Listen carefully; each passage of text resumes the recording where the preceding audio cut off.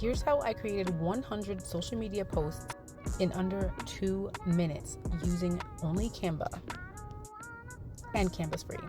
So what you're going to do is you're going to go over to Canva, click create, and you're going to choose the doc file. Then you're going to click this little plus thingy, click magic write, and you're going to write a prompt. Now I decided to go into kind of a lot of detail so that I can get some, a variation of different types of prompts. These are very generic. Next, you're going to want to choose your own template. You can choose from what Canva has, or you can create your own. For this video, I'm just going to choose one that Canva has.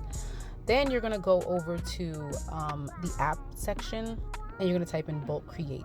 After copying what you already had, click the 3 little dots, connect data, and click whatever you named your table of things. Click continue, generate 100 pages, and boom, you have everything that you need. So you might have to resize some of these these texts, but it's way less